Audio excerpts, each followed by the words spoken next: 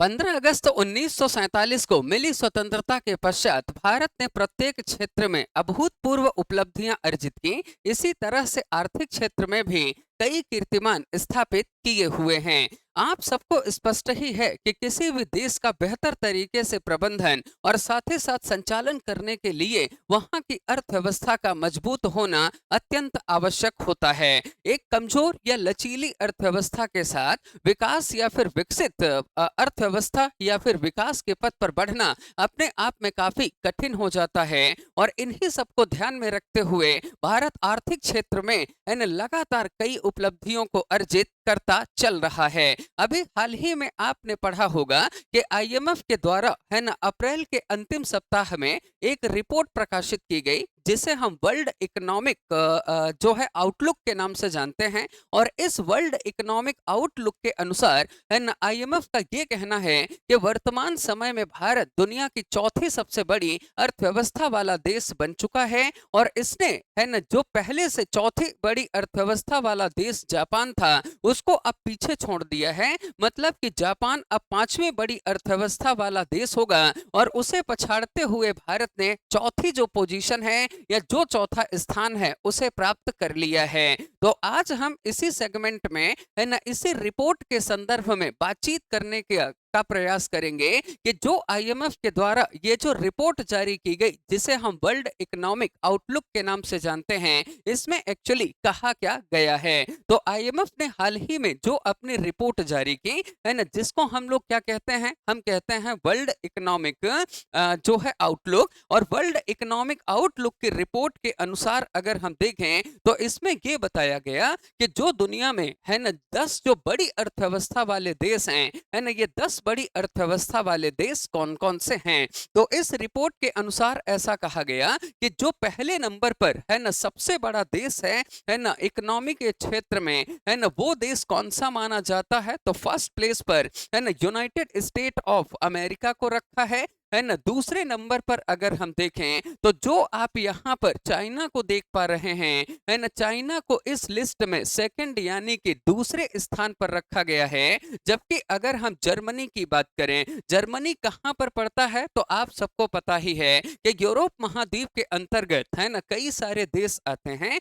और उसी में से एक देश कौन सा है, जर्मनी। और जर्मनी को किस स्थान पर रखा गया है, थर्ड। यानी ये रिपोर्ट कहती है कि जर्मनी तीसरी सबसे बड़ी अर्थव्यवस्था वाला देश है। वहीं पर चौथे नंबर पर किसको रखा गया है तो फोर्थ नंबर पर भारत को रखा गया है। और साथ ही साथ पांचवें नंबर पर जो पहले चौथे नंबर पर था जापान, पांचवें नंबर पर अब जापान आ चुका है। छठवें नंबर पर अगर हम देखें तो यूके यानी यूनाइटेड किंगडम जिसको कहा जाता है अब ये सिक्स्थ पोजीशन पर आ चुका है। और फ्रांस जो आप यहां पर देख रहे हैं ये खिसक कर सेवेंथ यानी कि सातवें स्थान पर अब ये पहुंच चुका है। ये रिपोर्ट साथ ही साथ ये भी बताती है कि जो दुनिया के 10 बड़ी इकोनॉमी वाले कंट्री हैं उसमें टॉप 7 कंट्री तो ये हैं, लेकिन जो और भी कंट्रीज हैं उनके अंतर्गत अगर हम देखें तो एट्थ पोजीशन यानी कि आठवें नंबर पर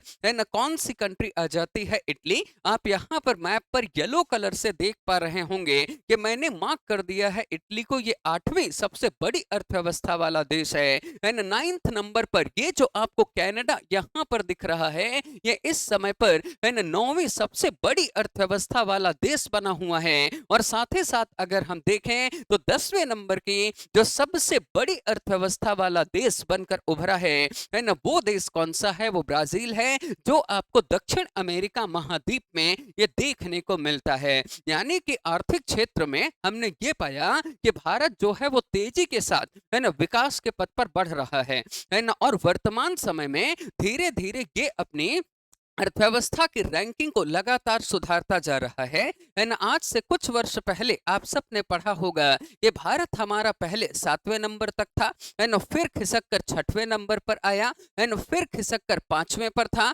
और अभी हाल ही में जो आईएमएफ ने अपनी रिपोर्ट प्रकाशित की है ना उस रिपोर्ट के आधार पर अब भारत है ना चौथी सबसे बड़ी अर्थव्यवस्था जो है वो बनकर सामने आया है। इसी संदर्भ में है ना अब हम लोग थोड़ा सा आगे की कहानी को यहाँ पर समझने की है ना कोशिश करते हैं। तो जैसा अगर मैं आपको बताऊं कि कौन-कौन सी चीजें इसमें हमें और यहाँ पर ध्यान में रखना है, तो और हमें कौन-कौन सी चीजों को यहाँ पर ध्यान में रखना होगा, है ना? यहाँ पर आप ध्यान से समझिएगा, है ना? जो मैं आपको बता रहा हूँ, है ना? तो मैंने आपको ये बताया कि वैश्विक स्तर पर अगर देखा जाए तो एक अंतर्राष्ट्रीय संगठन है ना? या फिर एक इंटरनेशनल जो है वो क्या है, ऑर्गेनाइजेशन है, और इसी ऑर्गेनाइजेशन को हम लोग क्या कहते हैं, आईएमएफ, है ना? अब ये जो आईएमएफ है इसका फुल फॉर्म क्या होता है, तो आप बोलेंगे कि सर इसका फुल फॉर्म होता है इंटरनेशनल मॉनेटरी फंड। क्या होता है इसका, है ना? इंटरनेशनल मॉनेटरी फंड, है ना? और ये जो इंटरनेशनल मॉनेटरी फंड है ना, इसे हम लोग हिंदी में अंतर्राष्ट्रीय मुद्रा कोष कहते हैं। क्या बोलते हैं इसको, है ना? इसे हम लोग अंतर्राष्ट्रीय मुद्रा कोष कहते हैं, है ना? इसकी स्थापना की अगर बात की जाए तो इसका जो एस्टैब्लिशमेंट हुआ था या इसको जो एस्टैब्लिश्ड किया गया था वो हुआ था 1945 में, है ना? मतलब कि 1944-45 के लगभग, है ना, इसकी स्थापना होती है। और आईएमएफ क्या करता है कि ईयर में यानी कि वर्ष में ट्वाइस यानी कि 2 बार, है ना, ये क्या करता है, एक रिपोर्ट ये, है ना, पब्लिश करता है। और इसी रिपोर्ट को बेसिकली किस नाम से जाना जाता है, इसी को कहा जाता है वर्ल्ड, है ना, इकोनॉमिक आउटलुक। क्या बोला जाता है इसको, है ना, वर्ल्ड इकोनॉमिक आउटलुक कहा जाता है। यानी जिसको हिंदी में क्या लिखा जाता है ना, इसे लिखा जाता है विश्व आर्थिक परिदृश्य। क्या बोलते हैं इसको, है ना, इसे विश्व आर्थिक परिदृश्य कहा जाता है ना? वर्ष में ये रिपोर्ट 2 बार जारी होती है। और अभी जो है ना लेटेस्ट इसकी रिपोर्ट जारी हुई है ना, ये लेटेस्ट रिपोर्ट है इसकी 25 अप्रैल, है ना, 25 अप्रैल, है ना, 2025 को आई है। और इसी रिपोर्ट में क्या कहा गया इसी रिपोर्ट में ये कहा गया कि जो इंडिया है ना, जो भारत है ना, ये 4th लार्जेस्ट बड़ी इकोनॉमी यानी कि ये चौथी सबसे बड़ी इकोनॉमी बनकर यहाँ पर ये सामने आया है ना? अब हम आईएमएफ की अगर थोड़ी सी चर्चा करें तो आप सबने पढ़ा और सुना ही होगा कि जब सेकेंड वर्ल्ड वॉर यानी कि द्वितीय विश्व युद्ध 1939 से लेकर 1945 के बीच में हुआ, है ना? और जब सेकेंड वर्ल्ड वॉर लगभग लगभग एंडिंग मतलब कि अपने अंतिम चरण में पहुंचा, तो उस समय पर दुनिया में, है ना, 2 बड़े फाइनेंशियल इंस्टीट्यूट्स को एस्टैब्लिश किया गया, है ना? एक को हम कहते हैं आईएमएफ यानी इंटरनेशनल मॉनेटरी फंड यानी अंतर्राष्ट्रीय मुद्रा कोष, और दूसरा जो इंस्टीट्यूट फाइनेंशियली एस्टैब्लिश हुआ था उसका नाम था वर्ल्ड बैंक, जिसे हम विश्व बैंक के नाम से जानते हैं, है ना? इस सेकेंड वर्ल्ड वॉर में जितने भी देशों की अर्थव्यवस्था प्रभावित हुई या जितने देश इसमें प्रभावित हुए थे, है ना, उनका विकास करने के उद्देश्य से, है ना, अंतरराष्ट्रीय मुद्रा कोष क्या करता है, ये शॉर्ट टर्म लोन प्रोवाइड करता है ना? मतलब अगर आप आईएमएफ में पैसा लेने जाएंगे तो ये आपको शॉर्ट टर्म लोन देगा, मतलब 1 वर्ष से कम समय के लिए। और अगर आपको लंबे समय तक के लिए अगर आपको, है ना, चाहिए करेंसी या मुद्रा, तो ऐसे स्थिति में आपको वर्ल्ड बैंक यानी विश्व बैंक के पास आपको जाना होगा और धीरे धीरे आप अपनी कंडीशन को, है ना, बेहतर कर सकते हैं। और जब स्थिति बेहतर होने लग जाए तो आईएमएफ या फिर वर्ल्ड बैंक दोनों संस्थाएं, है ना, निर्धारित मूल्य पर या इंटरेस्ट पर आपसे अपना पैसा, है ना, वो रिटर्न कर सकती हैं। तो जितनी भी चर्चा मैंने यहाँ पर की है, आई होप आपको ये सारी चीजें यहाँ पर समझ में आ गई होंगी, है ना? वहीं पर अगर देखा जाए तो इसके अलावा, है ना, एक रिपोर्ट का यहाँ पर ये भी जो है वो खुलासा हुआ है क्या कि टिल 2030 यानी कि 2030 तक, है ना, इस फैक्ट को आप ध्यान से समझिएगा। ऐसा कहा जा रहा है कि 2030 तक, है ना, जो हमारा इंडिया है ना, जो हमारा भारत है ना, ये दुनिया की 3rd यानी कि ये तीसरी सबसे बड़ी इकोनॉमी, है ना, ये बनने जा रहा है। ये तीसरी सबसे बड़ी अर्थव्यवस्था वाला देश बनने जा रहा है। और इसका मतलब ये है कि हम लोग अब पीछे किसको छोड़ने वाले हैं, है ना? अब हम लोग जो है यूएसए पहले नंबर पर, है ना, दूसरे नंबर पर चाइना और तीसरे नंबर पर इंडिया आ जाएगा। इसका मतलब ये है कि जो जर्मनी अभी हमसे बेहतर स्थिति में है, जर्मनी को हम लोग पीछे छोड़ देंगे और भारत दुनिया की तीसरी सबसे बड़ी इकोनॉमी वाला देश बन जाएगा। और ये कब की बात मैं कर रहा हूं, मैं बात कर रहा हूं 2030 तक की। कब की बात कर रहा हूं मैं बात कर रहा हूं 2030 तक की। यहां आप देख पा रहे हैं कि भारत जो है ना, अपने अर्थव्यवस्था के क्षेत्र में इतनी बड़ी उपलब्धियां अर्जित कर रही है और वही दूसरी तरफ पाकिस्तान को देखो तो वो अलग नहीं मान रही है ना। पाकिस्तान के साथ तो बड़ी समस्या है ना। भारत को अभी युद्ध जैसी स्थिति बनी हुई है और भारत को सचेत करने के लिए रोज रोज मिसाइल परीक्षण कर रहा है वो, है ना। कभी बोलता है शाहीन का परीक्षण हो गया, कभी बोलता है गौरी का परीक्षण हुआ, है ना। अभी हाल में आपने सुना होगा कि कल या परसों उसने अब्दाली जो उसकी मिसाइल है ना, 450 किलोमीटर रेंज की, उसका परीक्षण कर लिया। स्थान नहीं बता रहे हैं कि कहां से परीक्षण किया, क्योंकि खतरा है कि पता चला कि जहां से परीक्षण किया वो स्थान ही भारत गायब कर देगा, है ना। तो बड़ी दहशत में है इस समय पर पाकिस्तान, है ना। तो जहां अपन आप देखिए एक तरफ बड़ी, है ना, इकोनॉमी की तरफ बढ़ रहे हैं, वहीं पाकिस्तान है कि छोटी छोटी हरकतें करके, है ना, भारत से मुकाबला करने की कोशिश करता है ना। जैसे कि आप देखिए भारत, है ना, वर्तमान समय में विज्ञान और प्रौद्योगिकी के क्षेत्र में भी कहां पहुंच गया है ना। हमने जो है सफल मंगलयान लॉन्च किया, है ना। हमने जो है सफल चंद्रयान किया, है ना। चंद्रयान सफल होने के बावजूद, है ना, पाकिस्तान क्या कह रहा है समझो। पाकिस्तान ये कहता है कि भाई चंद्रमा पर, पाकिस्तान ये कहता है कि जिस चंद्रयान की ये बात करते हैं वो चांद हमारे, है ना, झंडे पर है। तो हमने कहा कि भैया झंडे पर चांद होना और चांद पर झंडा होने में बहुत फर्क है क्या, है ना। इस बात को जिस दिन समझ जाओगे ना, उस दिन शायद सही तरीके से सही रास्ते पर, है ना, तुम लोग भी चलने लगोगे पापियों, है ना। तो जब हम बात करते हैं आईएमएफ की, तो आईएमएफ ने अभी जो अपनी रिपोर्ट जारी की उसके आधार पर ये क्या रिपोर्ट कहती है, इसको आपने यहां पर ध्यान से समझ लिया, है ना। अब उसके बाद थोड़ा सा हम आगे बढ़ते हैं कि आईएमएफ की ये जो रिपोर्ट है, ये रिपोर्ट कहती क्या है। देखिए, है ना, अगर हम आईएमएफ की इस रिपोर्ट की बात करें, है ना, आईएमएफ की अगर हम इस रिपोर्ट की बात करें, तो इस रिपोर्ट में क्या क्या कहा गया है ना, इसको थोड़ा सा ठीक तरीके से यहाँ पर समझने की हमें आवश्यकता है कि इस रिपोर्ट में किन किन बातों को उजागर या फिर स्पष्ट किया गया है।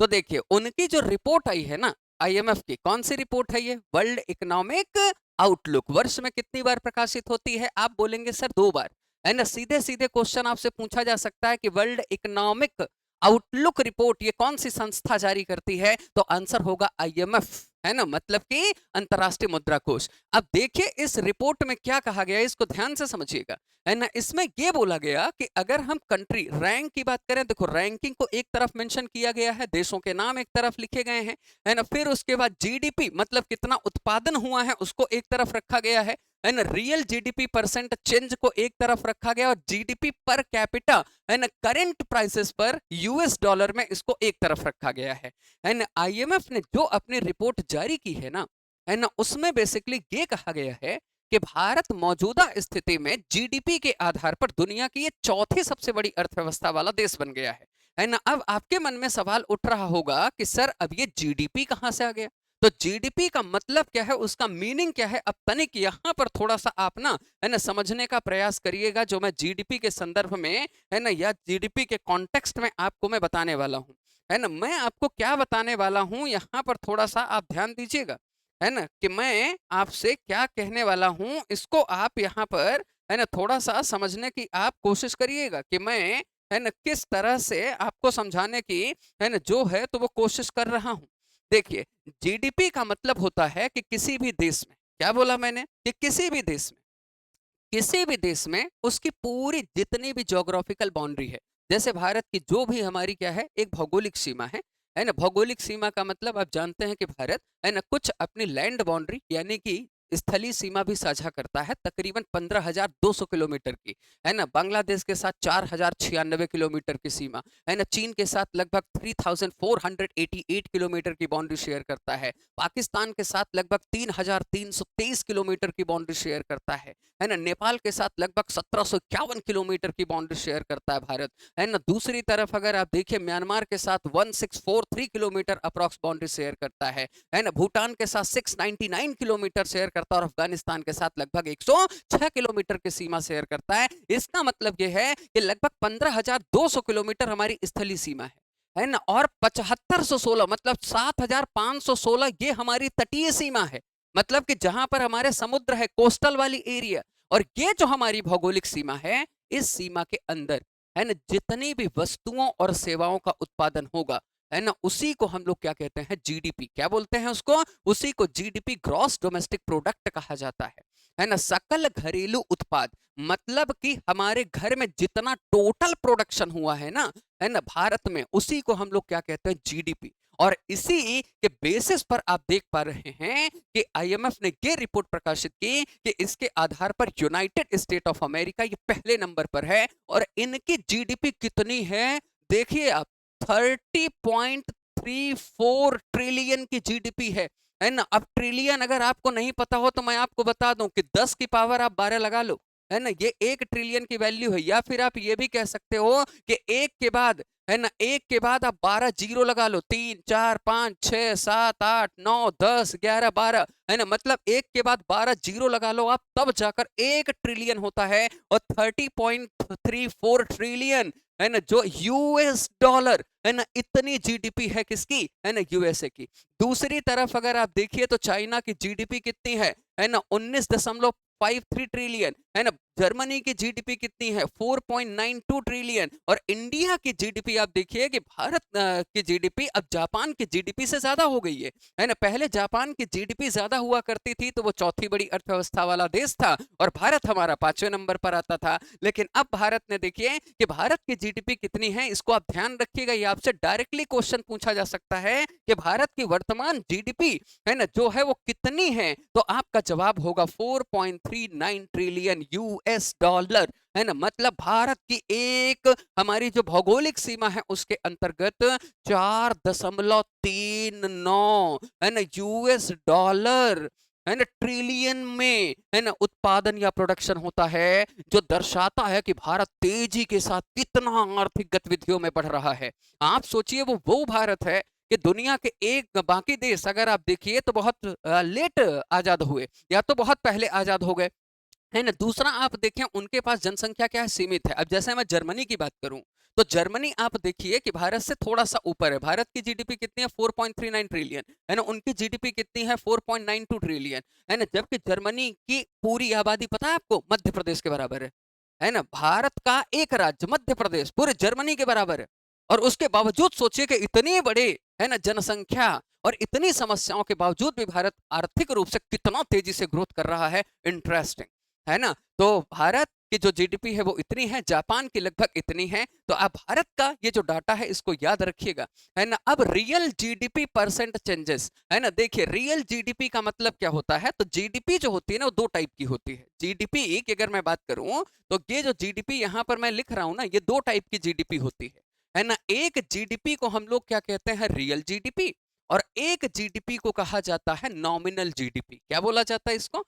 है ना, इसको बोला जाता है नॉमिनल जीडीपी, है ना। रियल जीडीपी का मतलब क्या होता है कि जब कभी भी जीडीपी की कैलकुलेशन, है ना, जब कभी भी जीडीपी की गणना बेस ईयर पर की जाती है, किस पर की जाती है, बेस ईयर, जिसको हम आधार वर्ष कहते हैं। और भारत में, है ना, जो जीडीपी का बेस ईयर है वो कितना निर्धारित किया गया है, 2011-12, है ना, 2011-12 का मतलब क्या है, इसका ध्यान से समझिएगा, है ना, कि 2011-12 में, है ना, उन वस्तुओं का जितना उत्पादन हुआ है, मतलब कि उन वस्तुओं का दाम उस समय पर जितना था, उसी के आधार पर, है ना, जब हम जीडीपी को कैलकुलेट कर लेते हैं तो उसी को कहा जाता है रियल जीडीपी। क्या बोलते हैं इसको, है ना, इसे हम लोग कहते हैं रियल जीडीपी। मतलब कि 2011-12 में हमने 10 पेन बनाए थे, है ना, एक पेन की कीमत लगभग कितनी थी, एक पेन बराबर 10 रुपए का था। इसका मतलब है कि 10 पेन बराबर लगभग कितने रुपए के हो गए, है ना, 100 रुपए के हो गए। ये है हमारी रियल जीडीपी। नॉमिनल जीडीपी का मतलब होता है कि आज के समय पर उस वस्तु की कीमत क्या है, जब इस पर हम कैलकुलेशन करते हैं, वो है नॉमिनल जीडीपी। जैसे